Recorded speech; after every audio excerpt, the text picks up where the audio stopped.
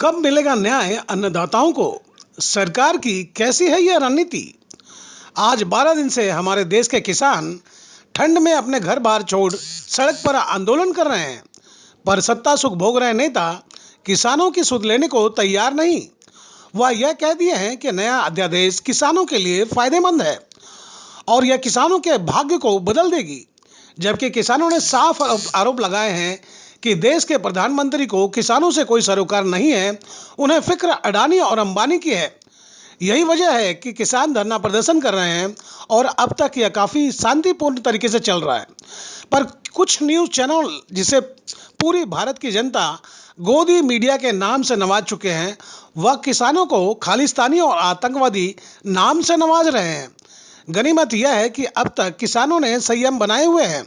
थोड़ी देर के लिए कल्पना करें कि अगर उनका धैर्य छूट गया तब क्या मंजर होगा।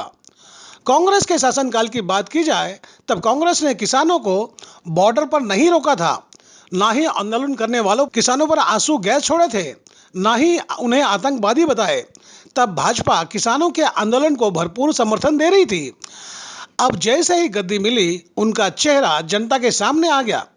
कृषि प्रधान देश के किसान आज सड़क पर हैं और रात दिन सड़क पर रहकर अपनी मांग के लिए आवाज बुलंद कर रहे हैं, पर भाजपा सरकार पीछे हटते दिख नहीं रही है और किसान तीनों अध्यादेश जब तक रद्द नहीं होता वह भी पीछे हटने के मूड में नहीं है। जबकि आज भारत बंद का ऐलान किया गया था, पूरे भारत में धरना प्रदर्शन का दौर जारी है, पर देश के प्रधानमंत्री रोम के राजा नीरो की तरह चैन से बांसुरी बजा रहे हैं, ऐसा प्रतीत हो रहा है।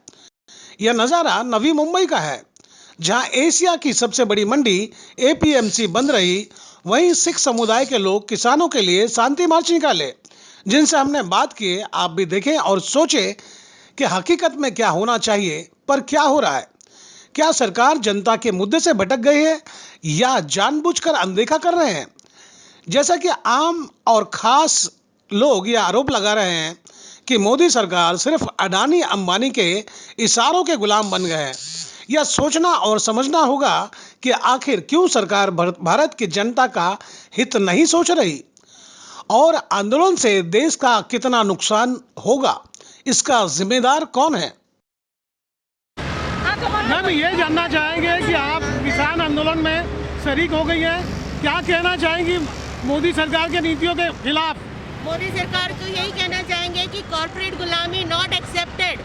ठीक है, जो किसान बोल रहे हैं उनको उनका हक दो। हम लोगों को कॉर्पोरेटों की गुलामी नहीं करनी, फार्मर्स को। तो आपका कहना यह है कि हमारे प्रधानमंत्री कॉर्पोरेट का गुलामी कर रहे हैं? जी, शायद वो कर रहे हैं, ऑफ कोर्स कर रहे हैं। इसीलिए तो वो अपनी तरफ से रूल, अगर इतनी जनता खिलाफ है, इतना जो किसान काम करने वाला खिलाफ है, it is a democratic country, तो वो कैसे ये कर सकता है कि रूल वो लागू रख सकता है? जी, तो कुछ अगर पब्लिक के ओपिनियन कोई मायने नहीं रखता उनके लिए। जी, फिर तो अब जिस तरह से आप लोग शरीक हो गई हैं, आपको लगता है कि इसका प्रभाव पड़ेगा सरकार पर? पड़ना चाहिए, नहीं है तो फिर क्या डेमोक्रेटिक कंट्री का क्या मतलब है? जी, फिर ये हिटलर रूल बन गया है ना, तो हिटलर रूल बोलेंगे, फिर डेमोक्रेटिक का बंद कर दीजिए। जी, तो आप ये बताएं कि यहाँ से आप लोग कहाँ तक जाने वाली है और क्या करने वाली है? यहाँ से मरीन ड्राइव तक जाने वाले हैं हम लोग। जी जी, और वहाँ पर जाके ह्यूमन चेन फॉर्म करके पब्लिक को अवेयर करेंगे। जी हाँ, तो पब्लिक का अवेयर करना बहुत ज़रूरी है। बिल्कुल। मैम, आप कुछ बोलना चाहेंगे? मोदी सरकार हाय हाय मुर्दाबाद, मोदी सरकार मुर्दाबाद, मोदी सरकार मुर्दाबाद, मोदी सरकार मुर्दाबाद। ये बताएं कि जिस तरह से आप लोगों ने रैली का आयोजन किया गया था, क्या वजह थी, क्या रुकावट आ गई आप लोगों के बीच में? रुकावट प्रशासन की तरफ से जगह जगह पे रुकावट डाली जा रही है। जी, एक पीसफुल कोविड-19 की गाइडलाइंस को ध्यान में रखते हुए हम अपनी अपनी गाड़ियों में बैठे हैं। कोई हम ट्रैफिक का जाम नहीं कर रहे, कोई रास्ता नहीं रोक रहे, कोई दुकानें नहीं बंद करा रहे। हम अपना सिंबॉलिक प्रोटेस्ट दर्ज करा रहे हैं, जो कि हम अभी यहाँ से कार के माध्यम में सभी सुरक्षा को ध्यान में रखते हुए, लोगों की असुविधा को ध्यान में रखते हुए हम एक ह्यूमन चेन बनाएंगे, जहाँ पर हम एक हमारा समर्थन जो है, जो किसान आंदोलन है, उनको देंगे और ये हमारी आगे की कार्रवाई होगी। सर, इन्होंने यहाँ से नवी मुंबई से निकल के कहाँ तक जाने वाले हैं आप? ये मरीन ड्राइव में जाके समाप्त होगी, वहाँ पर ह्यूमन चेन बनेगी और वहाँ से हमारा प्रदर्शन होगा। जी, आपको लगता है कि इससे कुछ मोदी सरकार पर फर्क पड़ेगा? देखिए, हम अपना काम कर रहे हैं, सरकार अपना काम करती है, हम अपना काम कर रहे हैं। सर, किसान आंदोलन को आप किस तरह से देख रहे हैं और देश के प्रधानमंत्री की रणनीति से आप कितने संतुष्ट हैं? और दूसरा सवाल इसी से लगा हुआ है, आपको लगता है कि जिस तरह से आज पूरा भारत बंद की बात की गई है, इसका कोई प्रभाव पड़ेगा अपने देश के प्रधानमंत्री पर?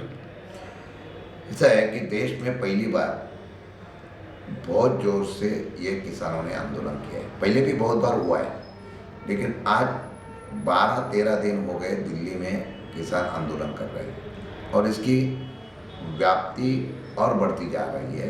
जैसे महाराष्ट्र में भी और देश में, पूरा देश आज एक दिन के लिए बंद किसान के सपोर्ट में हुआ है। हमने भी आज एपीएमसी मार्केट में जितने यहाँ पे माथाड़ी कामगार है, व्यापारी है, हम लोग सब ने उसको सपोर्ट के लिए यह ठिकाने बंद किया है।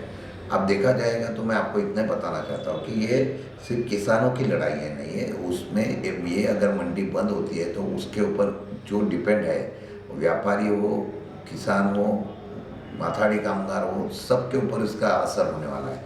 और इस आंदोलन की जो है तीव्रता बढ़ती जाने के बाद भी दुर्भाग्य से इस देश के पंतप्रधान जो है, उन्होंने आज तक, या प्रमुख जो नेता है, मिनिस्ट्री है, उन्होंने आज तक उस किसानों को इनके डिमांड के ऊपर कुछ बहस नहीं की है, उसके ऊपर चर्चा नहीं की है और उसको दुर्लक्षित करने का काम यहाँ पे हो रहा है।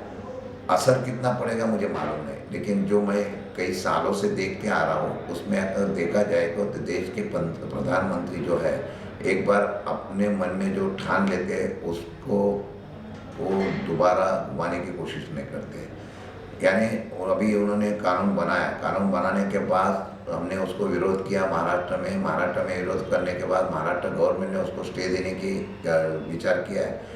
उसके बाद भी वहाँ पे उनको रोकने की कोशिश हुई और केंद्र से डायरेक्ट ऑर्डर आ गया कि नहीं, इसको इम्प्लीमेंट करना ही पड़ेगा। तो इसका मतलब ऐसा है कि उन्होंने मन में ठान लिए ये कानून लागू करने का। ये कुछ 2-4 चुने अपने लोगों के लिए जो भांडवलदार है उसको काम करने के लिए, उनको सपोर्ट करने के लिए कानून बनाया।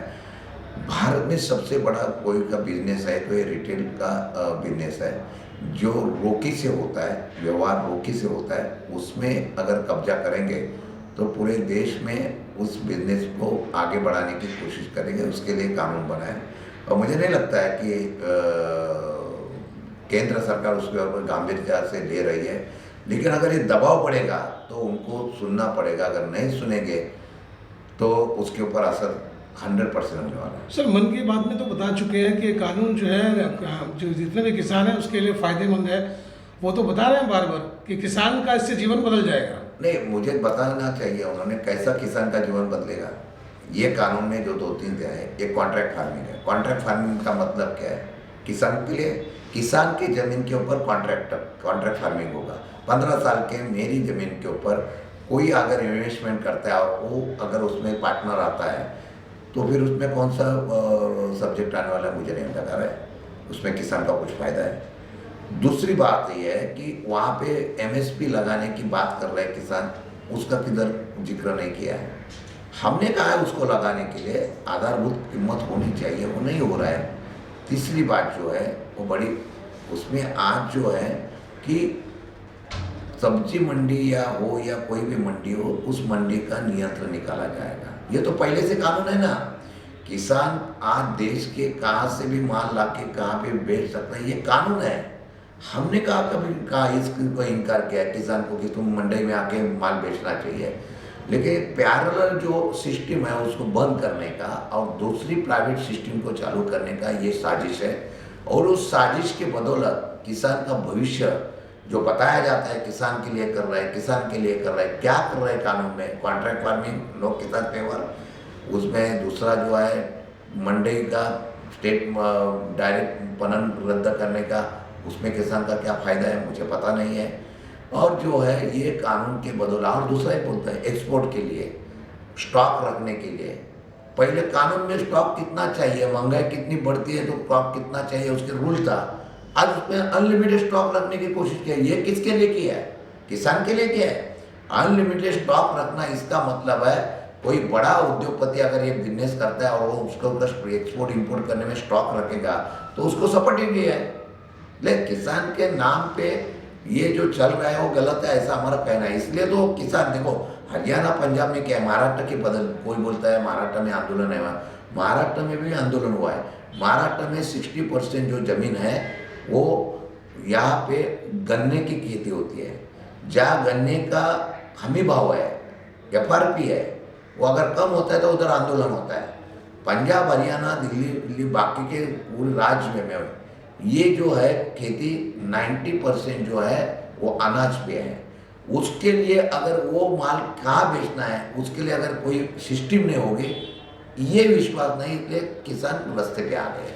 सर एक बात और जानना चाहेंगे, आप एनसीपी के नेता हैं और ऐसे में ये सोचने वाली बात है कि शरद पवार कभी कृषि मंत्री रह चुके हैं, लेकिन इस बार देखा ही जा रहा है कि वो खुल के किसी बात का विरोध नहीं कर रहे हैं। आखिर क्या मजबूरी है? नहीं, उन्होंने कल भी विरोध किया है ना। अबे ऐसा हो क्या रास्ते पे आके विरोध करना चाहिए? हम लोग रास्ते पे आके विरोध कर रहे हैं। उन्होंने कहा कि अभी किया है, उन्होंने जब वो मंत्री थे, कृषि मंत्री थे, उन्होंने एक ही जिक्र किया था, किसानों को और कंपटीशन होना चाहिए, उसको दर मिलना चाहिए, व्यापारी भी उसमें स्पर्धा में आना चाहिए, ऐसा उनका कहना था। लेकिन ये जो उस वक्त कहना एक अलग था, अभी जो है अभी प्राइवेट लिमिटेड कंपनी के लिए ये कानून बन रहा है, इसके ऊपर है पवार साहब ने 2 दिन से वैसे उनके ऊपर स्टेटमेंट दिया है। और कल पवार साहब राष्ट्रपति के पास कल रात को ही गए, आज राष्ट्रपति को वहाँ जाके मिलने वाले हैं कुछ लोग, और राष्ट्रपति को बोलने वाले कि इसमें आप हस्तक्षेप करो। अगर पंतप्रधान नहीं सुनते हैं, केंद्र सरकार नहीं सुनते, तो राष्ट्रपति किसानों के लिए उसको एक हस्तक्षेप करना चाहिए, ऐसा उनका डिमांड है। सर ये बंद का अगर कोई असर नहीं होगा, अगला कदम आप लोगों का क्या होगा? देखो अभी मैं आज भी बोलता हूँ, ये किसानों की लड़ाई भी है और ये कामगारों की और मजदूर की भी लड़ाई है। अगर मंडी में मेरे 25,000 कामगार है और उनके ऊपर अगर असर 100% आज भी है, ये कानून होने के बाद 50% असर मेरे यहाँ पे हुआ है, 50% असर हमारा हुआ है। इसकी वजह से माथारी कामगारों का, व्यापारी का 50% बिजनेस कम हो गया, कामगार का पगार कम हो गया। तो ये लड़ाई में उनका किसानों का हक जितना है उतना माथारी कामगार का भी हक है, तो उसके लिए ये इनके असर होने पे उसका आंदोलन करना पड़ेगा। अभी देखते हैं ये देखो, ये कल तक हम लोग लड़ते रहे थे, तभी हमको बदनाम कर रहे थे, ये दलालों के ये लोग हैं। आज मेरा कहना क्या है, आज पूरे देश में ये जो आंदोलन हुआ है, ये लास्ट लड़ाई है। ये लास्ट लड़ाई ऐसे है कि ये लड़ाई इतनी तीव्र से बढ़ गई है, अगर इसमें हम लोग सक्सेस होते हैं तो 100% उसका रिजल्ट आएगा, अगर नहीं होते हैं तो दुर्भाग्य है। इससे और कौन सी बड़ी लड़ाई होगी ऐसा मुझे नहीं लग रहा है। दोस्तों, आपको मेरी यह खबर अच्छी लगी हो तो लाइक करें, सब्सक्राइब करें और बेल आइकन ज़रूर दबा दें, ताकि आप तक मेरी बनाई हुई खबरें पहले पहुंचे। तो गोपाल साह को दीजिए इजाज़त। हम फिर इसी तरह से समाज के हर मुद्दों को आपके सामने लेकर आएंगे।